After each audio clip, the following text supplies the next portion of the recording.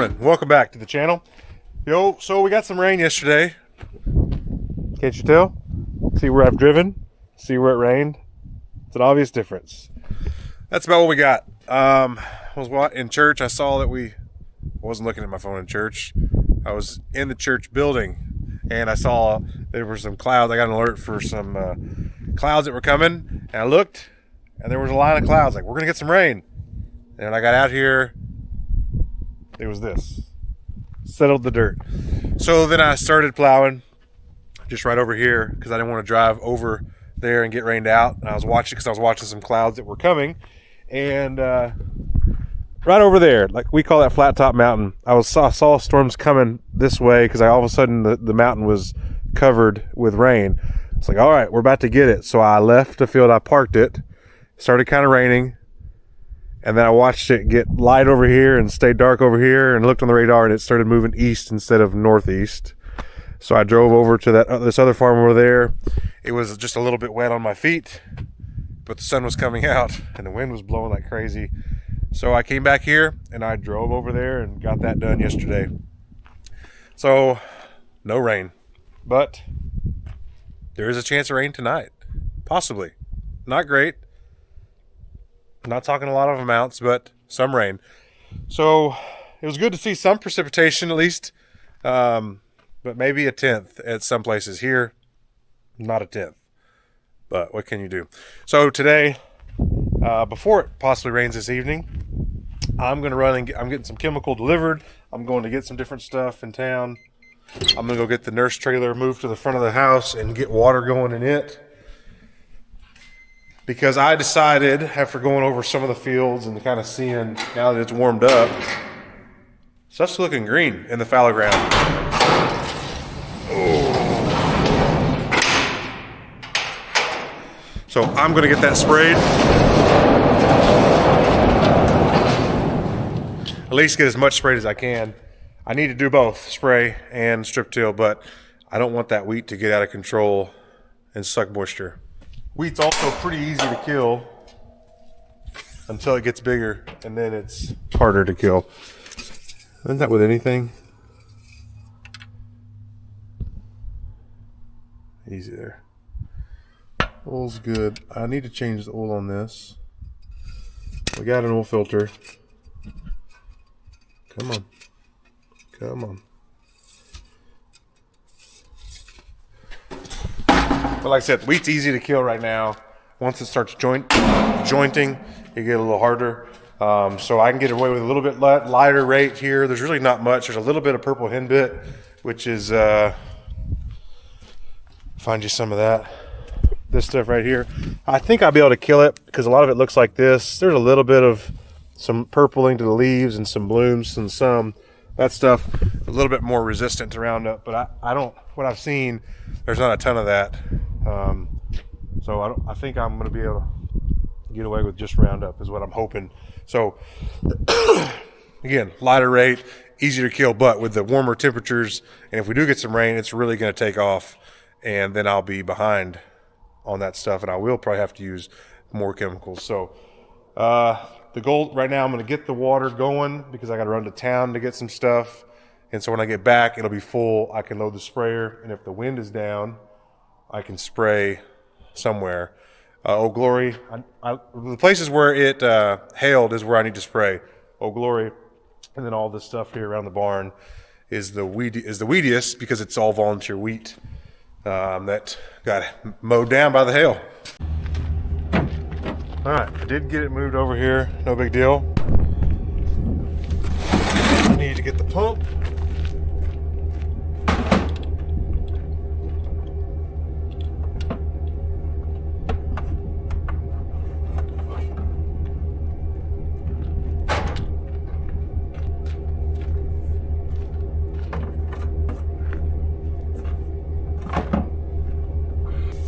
Okay, then I had some leftover surfactants,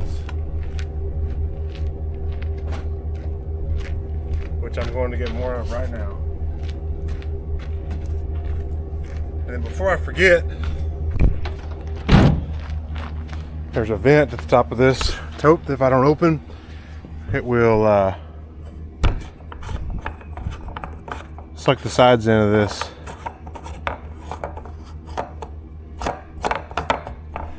Because if it doesn't, it'll collapse this tote. So, all right, now I got to hook up the water. Almost.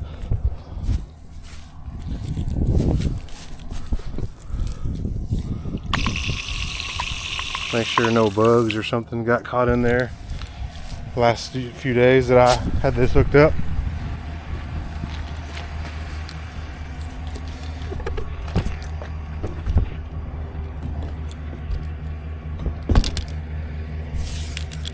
I'm really glad I put this quick coupler on here. The only other thing, I don't know if I want to add it. It'd be nice if there was a shut-off valve right here. So coupler to shut off like that, then the hose.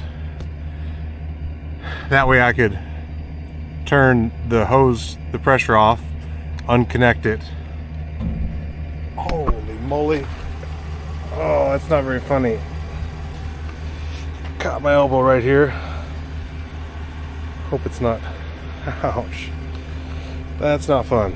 But that would allow me to just disconnect this, leave the pressure on the hose, and then go turn the water off with the hose. Might do that. Turn the water on. This will probably be full before I get back, but we've got that float in there that shuts it, it stops it from flowing in, so there's just pressure on the hose. I don't like to leave it that way longer because you get a hose rupture, but I'm gonna hurry. I'm at 450 gallons, so the race is on. Wheat looks decent, just needs some rain. And now we're gonna show you. Isn't that strip tilling satisfying?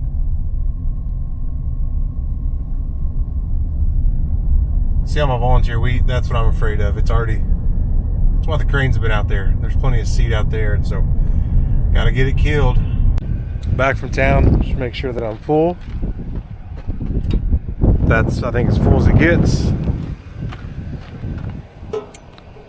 Need to tighten this up a little bit probably, but all right.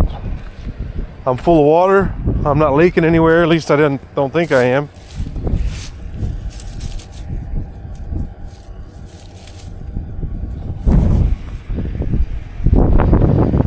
Just double check that.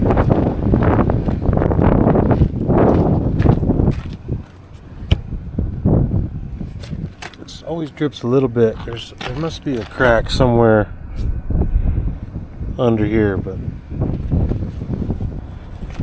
I don't know. It's all good for now. All right, water's good. Problem is, the wind is high. It's really jumped up. Today it's gonna be 20s, 20 or, it said 10 to 20 on the forecast. It's definitely more like 18 to 25. Probably too windy. I'll keep looking and praying about it, but got all my chemical, got a full load. So I'm ready to go whenever that is. So spring has sprung because tomorrow they're saying I saw a gust up to 58 miles an hour. How about that? So that's what we're dealing with here. Spring in West Texas. And so tomorrow will be a day that I don't spray. Today also may be a day I don't spray. It may rain tonight, which would be awesome. Would be a stinker for everything I needed to try to kill, but I would trade the rain for letting my fields get just a little weedier before I could spray them. That would be a good trade at the moment because we need the rain real bad. I guess I'm gonna take out a little bit of this. I don't really want the box to get rained on, but it doesn't hurt the plastic, so that way I have some chemical here. Some chemical, it's not chemical, it's additives. This one is a water conditioner.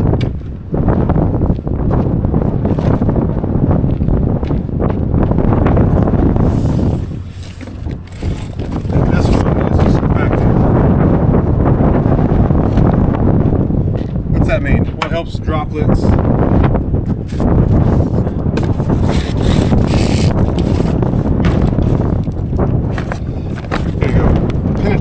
acidifier, deposition, and drift control agent. So it just helps our droplets not get too crazy, and it helps it too also it helps a little bit if there's some waxy buildup on the leaves. It helps kind of break that down. Not as good as maybe a crop pull or other things might, but it does really, we've had a really good luck. This, I use different brands, unfortunately, but this brand from a company is just what Dad's always used, and there's other options for other companies, but this has been a good mix, and I don't really want to change if it's, I don't want to change if it's going to be a negative effect, because I know that this works pretty good. If I change, well, then I spent the money, and you don't know until it doesn't work that it didn't work, and then you've already spent the money. So it's kind of like the oil and grease that I use. If it's not causing any problems, why change? There could be some wisdom in that. There also could be some cop out in that as well, but I have tried a few other things and have not been super pleased with the results. And so, I don't know. You go to the meetings and everybody's product is the best. Everybody's cottonseed has the highest yield potential. We just need some better third-party impartial studies on stuff, because it's hard to find good information on what actually works. A lot of people will use AMS, ammonium sulfate, as a water conditioner, and like for what I'm using there, which I think that's kind of what they'd say would be the gold standard, but it also is corrosive because of the ammonia. And Dad's old sprayer is just, the boom is just eat up from corrosiveness. And so, I don't know, I want to protect the equipment and not have to eat the paint off and rust and all that. And right now, this sprayer I use has none of that. And we've been using it for, what, 5 years now or so? And it has no corrosion, so just try to watch out for that. Some chemicals leave trace some stuff in the lines that would be chemicals that I might be interested in using, but then, I don't know, is it worth it because of the other effects? So, I don't know what's the right answer. If I had a big fancy John Deere sprayer, self-propelled sprayer, those things maybe have a better paint job and wouldn't, I think they still do get eat up with rust. So I don't know what the right answer is. Well, here are the wind temperatures that I'm seeing. 22 to 30, 27, 31, 24 to 29, 20 to 25. Those are all locations that are fairly close to me, which all equals too windy to spray. So I'm going to go strip till. Just do my quick pre-chip inspection here. Make sure all spins free. Don't need to grease anything just yet.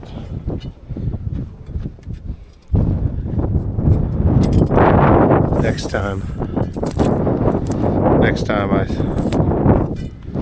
after today, probably, if I do a bunch of acres, probably be the time to. Sounds rough here, but that was that.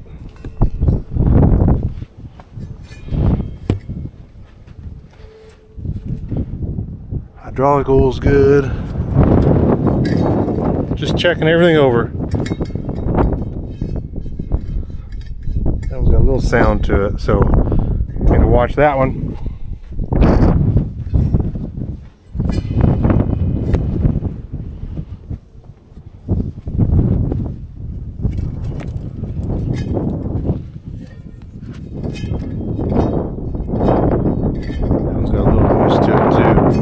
Spins free though.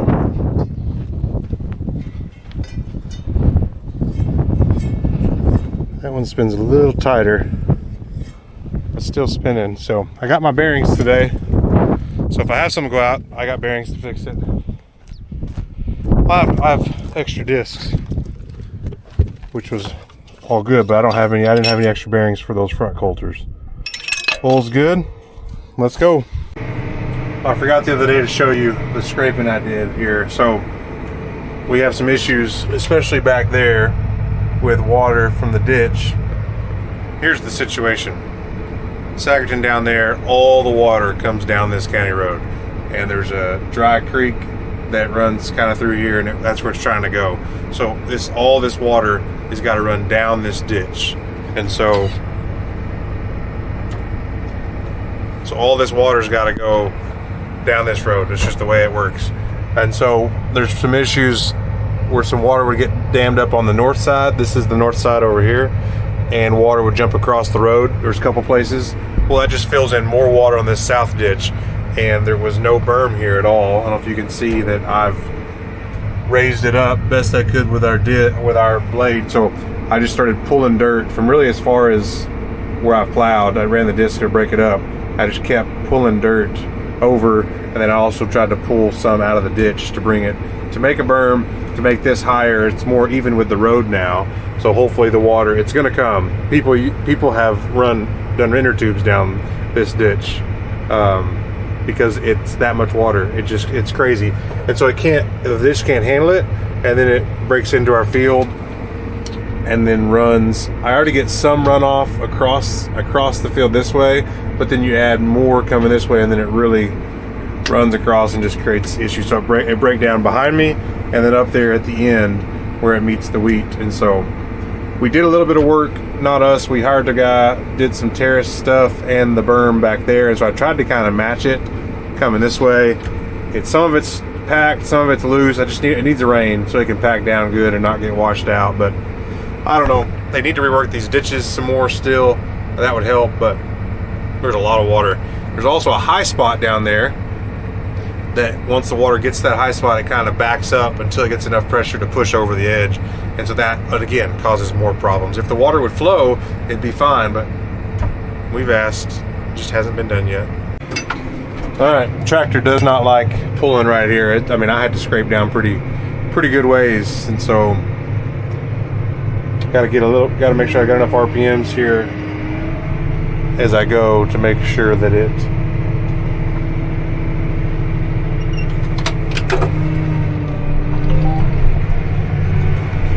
you can see there's my load, it's pulling it. It's hard right here.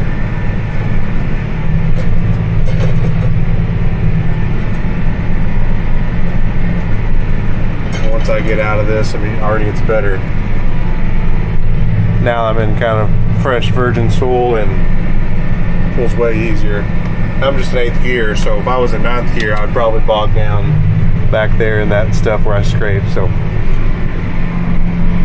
strip till is going to be good for breaking that up, and hopefully we can get to, again, hold the water in the ditches. There's going to be some more spots where it's going to be hard, so I'm going to downshift again for the same reasons. So you can see where there's lighter colored dirt right there. That was a valley that I filled in, and then the one right in front of me is a spot that I filled in. So there's kind of just some loose powdery dirt. That did pretty good going through there. Sometimes if it's so big, this I'm a little nervous, I may spin some because my tires, this left side's going to be kind of right in this loose area. We'll see how it goes.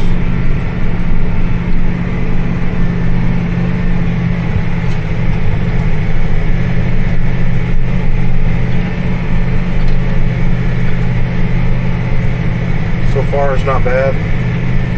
A little bit of spinning there. You can't see anything back there, but good. Just a little bit of spinning, but not bad at all. We get washes like that because as we strip till across the field, there's a dip there, or I'm climbing up a hill there. You're creating a spot basically for the water wants to go. And then also where the sprayer drives a lot, that can be a hard pack where water, once it starts there, it gets used to that, it creates a lower spot, and then all the water funnels in it and it washes out bad like that. So I got a couple of those I fixed. It's just part of it. We used to, this strip till, there's still remnants of it. It was 11 rows solid, because when Dad was planting sesame, he planted it 11 solid instead of skip row, and so the planter was just like this toolbar. But then when he the strip till toolbar and the planter matched. They were 11 solid. So he strip tilled everything, even for cotton, but he planted cotton skip row. Well, the problem was where we didn't plant the skip, that's where the sprayer drove. And so we had loose ground that the sprayer drove on top of, and that really packed it down, and that really created a divot, and then the water really liked that spot.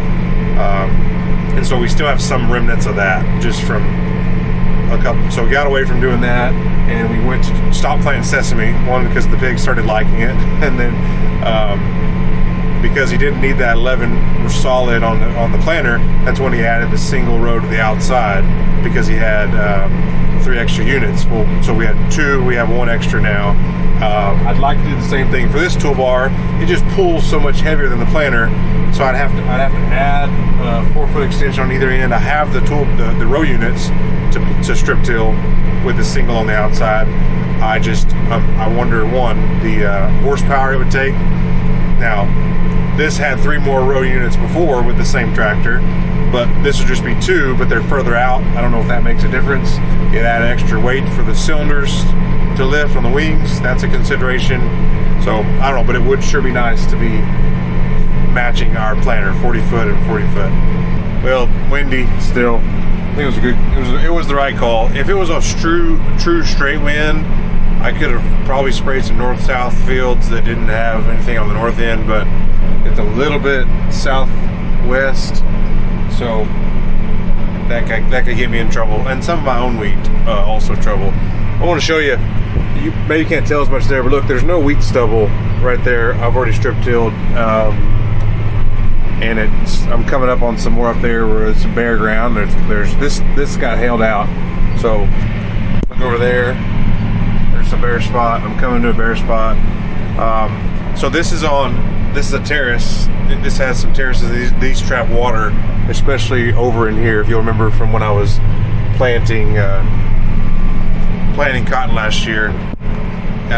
But these sides of these terraces, they're just called a sepia. There's lots of I guess some salts and minerals from the field kind of come up through here, and it just kind of nothing really grows here. So look there, everything's pretty dry, and then right in there it gets real powdery, and sometimes it looks really, really wet. Not as much right there with the sun, you can tell, but so yeah, just on this field and a couple others, mostly just this field, it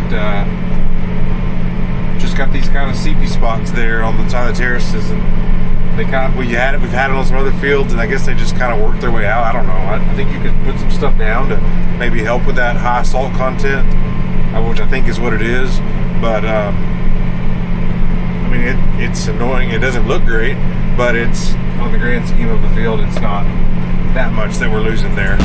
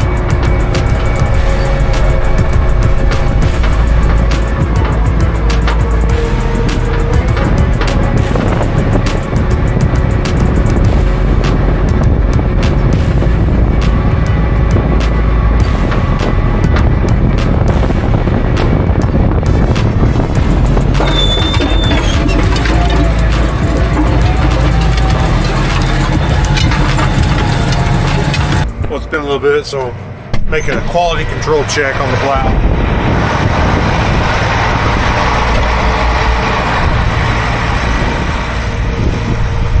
Make sure nothing looks broken. My chisel tips are all still there. Not that I expect anything like that to happen. but good. I'm thinking I'm probably going to change these after I finish this field, but all looks good from my perspective. So just want to make a little walk around.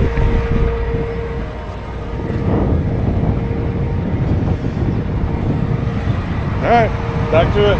Well, it's going along good. It's 4 o'clock, and I'm gonna have to quit soon. I'll explain that why in a minute. But I decided to jump over to this side of the field. I don't like much. Probably an hour and a half at tops.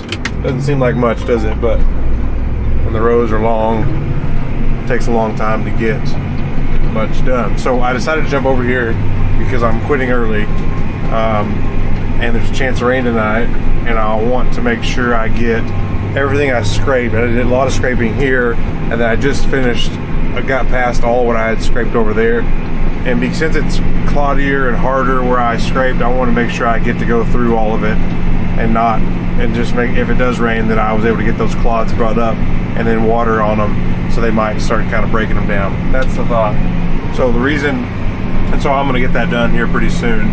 But the reason I'm stopping early, and I've mentioned this before, but our Bible study that Emily and I and the boys all do in Abilene, I've never explained anything about it, but it's called BSF, Bible Study Fellowship.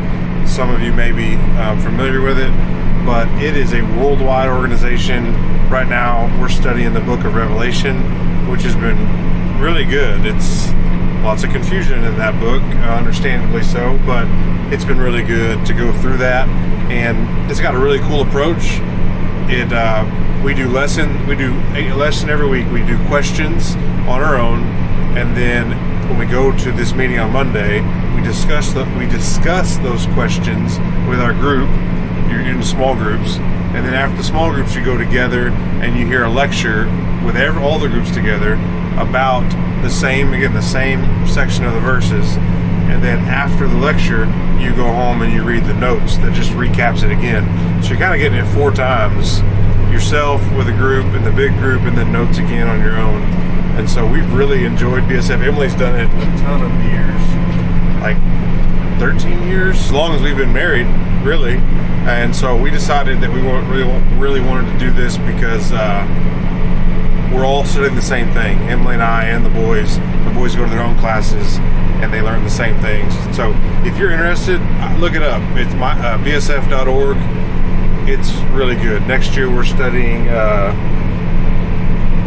Exodus, I believe, and then Romans the year after that. So it's a year-long study. It follows the school year. So you go fall, you take a break over Christmas, you do the spring, we're taking a break here, spring break here next week. So check it out. It's really in depth, but it's not like you can come in at any level, from unbeliever to seasoned believer, if there is such a thing. We're all still growing. So I'd recommend it. We've really enjoyed it, but it's in Abilene, so it's a commitment for us to get there, and so I gotta leave. It takes us an hour.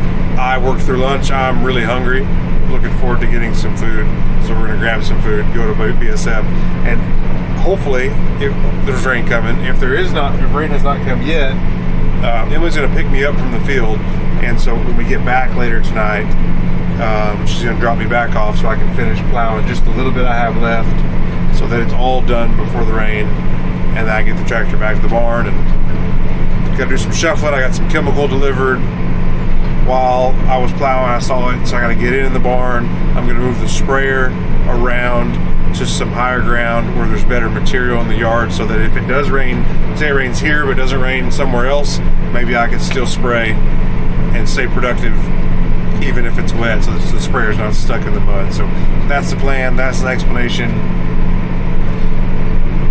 Just, trying to think through all the things so I can stay productive, rain or shine.